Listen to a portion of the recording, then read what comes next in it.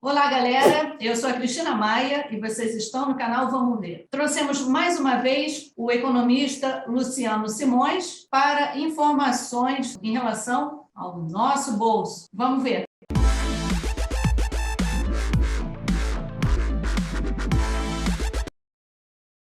Luciano Simões, seja muito bem-vindo ao canal novamente. Obrigado, Cris, pelo convite. É sempre um prazer. E vamos lá conversar bastante sobre economia mais uma vez. Quem não assistiu à nossa entrevista anterior, o Luciano já participou aqui do canal várias vezes, com a palavra o economista Luciano Simões. Obrigado, Cris. Bom, pessoal, toda vez que a gente fala do contexto econômico, a Europa, primeiramente, ela tem uma geografia extremamente necessária de importações.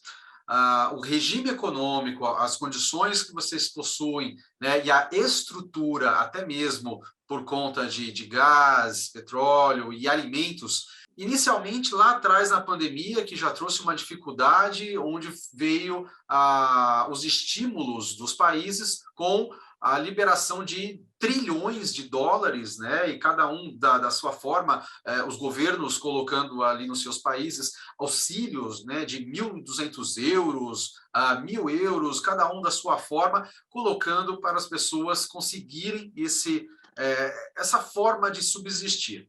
Passamos pela pandemia e quando achávamos que a paz viria e o novo movimento continuaria, aí, infelizmente, começou a guerra da Rússia e da Ucrânia. E aí, nesse momento, o que a gente observa? A condição onde a Rússia, infelizmente, até pelo controle, pela forma como foi lá atrás, há muitos anos colocado a destinação do gás, faz ali, de certa forma, o seu controle, e hoje a gente poderia dizer que é um controle quase na forma de medo, né? Onde o Putin está sempre temeroso sobre a condição do seu fornecimento para o restante da Europa. A ONU e demais, né, grandes organizações estão colocando ali em viés dos patamares diplomáticos, né, para tentativas de que não desapareça ou, né, não tenha nenhuma condição de uma baixa carga de fornecimento, o que poderia vir a gerar, né, um percalço enorme aí para a economia, principalmente do mercado europeu. Na sequência, o que nós temos? Um contexto muito simples da economia é a gente entender que a inflação ela é a desvalorização do valor monetário do dinheiro. Quando você tem muito de uma coisa, você automaticamente desmerece aquilo, você não dá muito valor. E com dinheiro é a mesma coisa. Então, quando você tem muito dinheiro, você acaba gastando ele de forma um pouco maior. Naquele primeiro momento, se fazia necessário, porque as pessoas estavam em casa, se fazia necessário porque estávamos passando por uma pandemia, um momento onde todos estavam, né, em casa, e como que eu iria ganhar, né, ter ali meu ganha-pão com o meu trabalho. Não acontecendo, então se fez necessário esse auxílio. Só que esse auxílio, uma vez colocado no mercado, não foi enxugado, né? Ele foi o quê? Gerado em consumo. O consumo voltou, a pandemia, né, saiu um pouco mais de cena, ainda mantém alguns sinais, mas está bem menor do que os períodos de pico, começou a gerar impulso de compra. O impulso de compra, as pessoas retornando, saindo das suas casas e consumindo, gerou um aumento de preço. Esse aumento de preço, que hoje nós vemos como a inflação, né, detém da sua forma mais técnica de segurar a condição de consumo através do quê? Da alta dos juros. Os bancos centrais, principalmente Christine Lagarde, que representa aí o Banco Central Europeu, né, o Jeremy Powell nos Estados Unidos, eles demoraram a fazer o aumento dos juros. Uma das diferenças que o modelo brasileiro, então, chegou e rapidamente colocou em questão ali, né, até porque gato escaldado tem medo de água fria, a gente, então, né, no modelo brasileiro, já foi aumentando a nossa taxa de juros. Ou seja, em um curto espaço de tempo, o aumento da taxa de juros brasileira foi para controle da inflação brasileira, que Estados Unidos também está sofrendo, vocês estão sofrendo, nós aqui estamos sofrendo, o mundo todo está sofrendo com essa inflação. E nessa escalada de juros, o Banco Central e Dona Christine Lagarde, deixo aqui o meu recado, faltou um pouquinho mais de empenho em aumentar esses juros. A Europa demorou em aumentar os juros, a inflação chegou um pouco mais alta e, com isso, vocês começaram a sentir o poder negativo dessa perda de preço. Essa condição da inflação que vocês estão sentindo, ela pode e tem assim uma manobra do governo através exatamente dos impostos. Eu tenho uma experiência um pouco negativa, nós aqui, né? Temos uma experiência meio negativa em relação a criptomoedas. As criptos, elas ganharam muitos fãs, né? E foram ali alvo de especulação em vários países. Cada país de uma forma, né? Quando eu coloco isso, eu quero colocar, por exemplo, dois extremos. No Japão, as criptomoedas ganharam uma movimentação de cultura de troca, não de acumulação. Ou seja, aqui no Brasil, acredito que aí seguiu uma linha semelhante, mas aqui no Brasil abriram-se corretoras e lugares onde você poderia comprar, investir e pensar, né, realmente em algo a ser, né, no médio, até às vezes no curto prazo, uma forma de você enriquecer. Enquanto que no Japão, a cultura lá apenas era de mais uma forma de comercialização. O movimento das criptos, eles estão já, principalmente no que se refere ao Bitcoin, ele existe, né, hoje numa condição de mercado que a gente chama de precificação de natureza cambial, ou seja, esse movimento hoje das criptos, elas já estão aí, principalmente o Bitcoin, seguindo a velha e boa tendência de um mercado de renda variável. Então, quando a gente fala que grandes bancos, né, uns anos atrás, começaram a abrir fundos de Bitcoin, isso quer dizer o quê? Eu tenho grandes compradores que possuem posições em Bitcoin que aí estão apenas, né, aguardando ali com os seus bits uma recuperação. Essa recuperação poderá, logicamente, acontecer a longo prazo, né? Não temos nem dias nem meses aí para isso acontecer. Porque quando você tem um mercado já maduro nesse sentido, ele corresponde às mesmas variações da bolsa de valores. Então, renda variável, olhar um Bitcoin, olhar um indicador americano, um SP500, um Eurostoxx 600, que é o indicador de vocês, quando a gente faz isso, eu estou edificando o quê? Um contexto de renda variável. A partir do momento que esses indicadores subirem, rapidamente também teremos, ou até um pouco antes, a subida das criptomoedas. Quanto mais juros tiver, menor o conceito de crescimento para cripto. Por quê? Porque ela é uma moeda vinculada a um conceito de especulação. Como eu tenho muitos juros, o pessoal prefere o quê? Deixar as criptos quietinha e correr para juros. Isso são os títulos públicos de cada governo. Então, quanto mais juros os governos prometem, o pessoal vai para juros. Se a inflação cai, ele também começa a cair. Nesse momento, a gente pode ter uma curvatura positiva das criptomoedas. Agora, é o que a gente passa por um período de... não gostaria que chegasse, mas é possível uma chamada estagflação.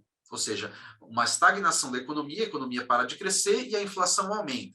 Como os juros começou a correr atrás dessa inflação, a hora que essa inflação começa a cair um pouquinho, ou seja, acreditando que já chegamos numa situação aí, ou estamos próximo de uma chamada situação de pico inflacionário, a inflação então começa a diminuir. Sinal de uma conduta pequenininha de melhora. Então a gente vai vendo pequenos sinais. E eu também diria que no contexto agropecuário, ou seja, o agronegócio brasileiro, ele acaba sendo ali um grande celeiro do mundo. O Brasil ele cresceu nos últimos anos no fornecimento de trigo, soja e milho.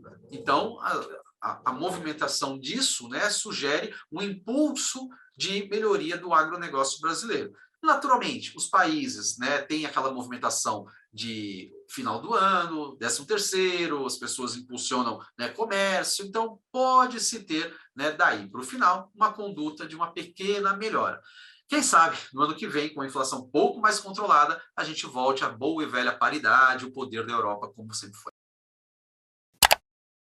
E aí, eu até faço uma pergunta, por favor, Cristine, se você puder, né, me passar. Você percebe que está tendo o que a gente na economia chama de inflação inercial, ou seja, é uma inflação que ela é gerada pelo próprio comércio, ou seja, pelo próprio empresário, onde ele observa, olha, as coisas estão aumentando, o meu fornecedor já aumentou, eu vou também aumentar meu preço, porque de repente na próxima ele já vai aumentar.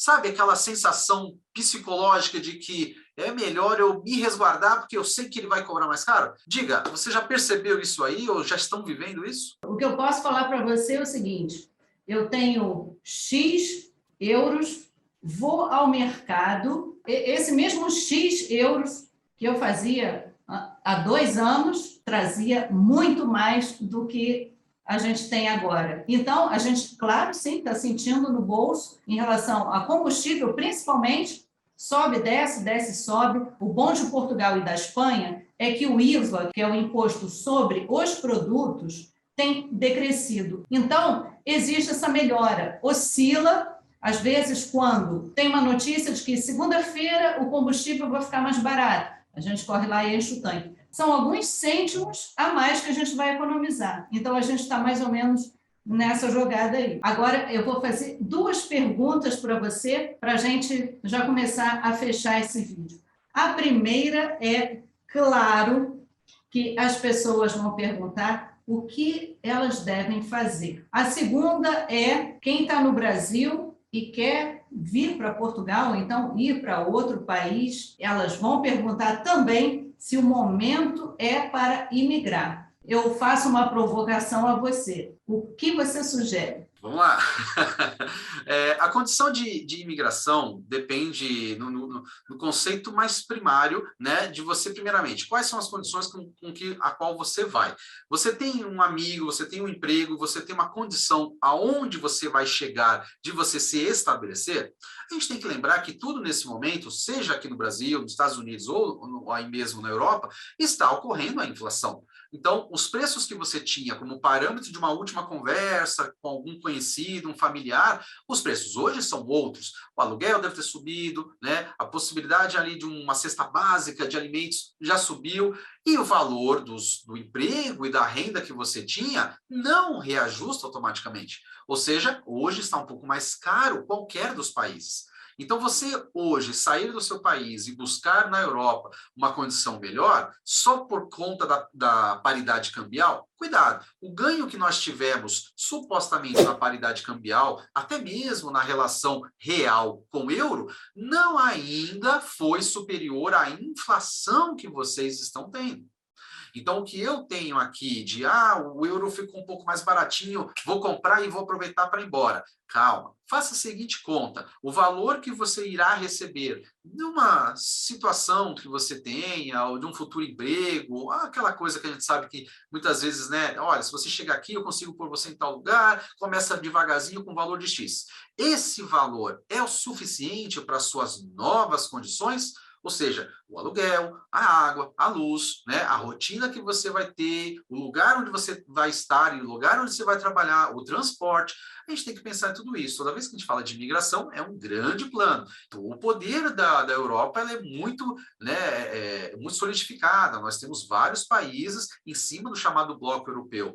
Ele, no momento, como todos os demais países do mundo, está sofrendo com uma inflação. Então, se você sai daqui para ir para aí, né, nesse movimento, tem que lembrar que quanto está a inflação de vocês nesse momento. De repente, eu fiz uma conta lá atrás, que eu ganho na paridade cambial, faço o câmbio, chego aí, gasto mais. Então, né, muita calma nessa hora. Também as pessoas que querem saber se vale a pena, pelo menos, comprar euro agora, ou ele pode cair um pouco mais. Nós temos que aguardar também as decisões de juros de cada um dos países. Mas, para isso, para uma moeda se valorizar, o conceito primário é de que o país ganhe em emprego, renda, crescimento econômico, o PIB.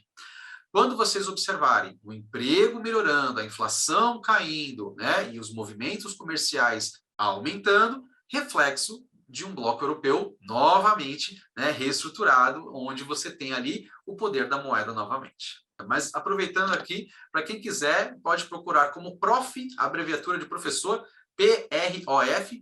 Luciano Simões, né? As pessoas que querem falar aí sobre investimentos, eu tenho uma continha aí do Brasil, né? O que eu faço e tal? A gente cuida disso, do que a gente chama de montagem de carteiras de investimentos, então a gente pode ajudar, né? Quem está aí ou quiser fazer um pezinho de meia aqui e aproveitar ainda essa relação cambial tão favorável para vocês, aqui no Brasil a gente consegue estruturar tudo, né? No nome da pessoa, tudo certinho, tá? Tudo conforme as regras aí. Obrigada, Luciano. Eu fico mais tranquila com as suas palavras. E vamos já firmar um contrato aqui. Daqui a 6 meses você volta, vamos ver como vai estar a economia mundial. Amém. Espero que melhor. Se Deus quiser, vamos fazer figa. Muito obrigada, Luciano. Quem quiser fazer contato com o Luciano, as plataformas estão aqui na descrição desse vídeo.